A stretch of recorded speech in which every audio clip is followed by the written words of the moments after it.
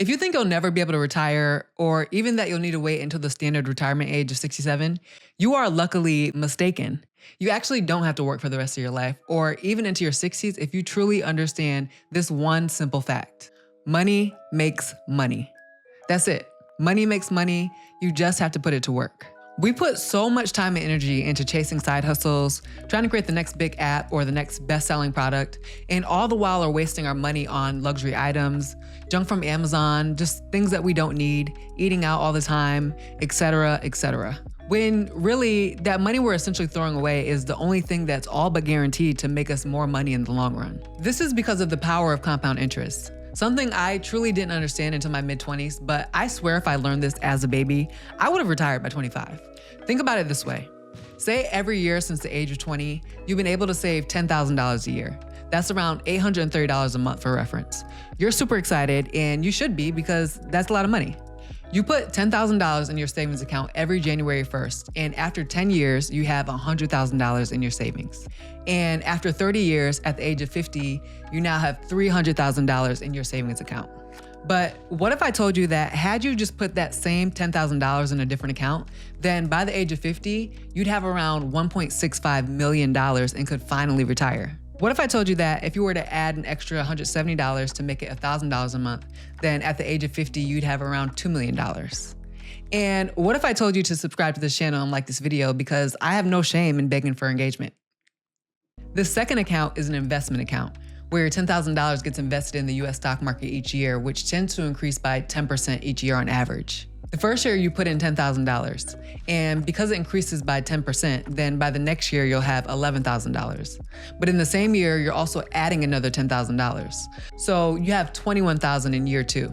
By year 3, you earn another 10% interest on that $21,000 and add another $10,000, which brings you to $33,100. $3,100 more than you would have by just saving it. And after 30 years, the deviation gets wider and wider. And even if you're thinking, I don't trust the stock market, it's too volatile, fair. We've seen plenty of stock market crashes in our lifetime, and of course, we all learned about the Great Depression. But if the US stock market ever crashed and stayed there, we'd have bigger problems as a planet, let alone a country. The US stock market has historically always recovered and returned that average 10% return for decades now. It's a long-term play.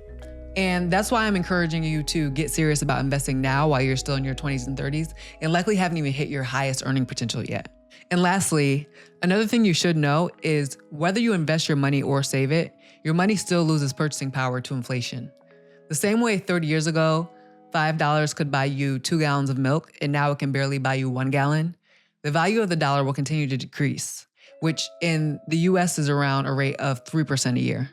So if we go back to our comparison of our first year of savings versus investing, that $10,000 that we put in our savings account is worth 3% less than it was a year ago. It's now $9,700. And even the $10,000 we invested is also worth 3% less because of inflation. But because it still gains that 10% interest, you still earn money by investing and lose money by saving. But this is all a very simplified scenario. It's not financial advice, and I'm definitely not saying that you shouldn't have a savings account. You need a diversified portfolio with a healthy balance of savings, pre-tax investments like your 401k, post-tax investments like a Roth IRA or brokerage account, real estate if that's what you're into and you know what you're doing. You don't want to put all of your eggs in one basket. Anyways, I'm just here to stress how important it is to know how this math works and why you shouldn't wait to start investing. That's it. In the land of consumerism, really think about what you actually need versus what you actually want versus what's just hype. Because there's definitely a ton of stuff out there that's just pure junk. You don't need to deprive yourself of the things that you want, but you should consider if having the thing now is better than having more money later. Every time I see a Stanley Cup collection or like a Labubu collection, my brain is immediately like, man, if they had just invested that money, do you know how much it would be worth in 10 years? Anyways, put your money to work and retire before you're too tired.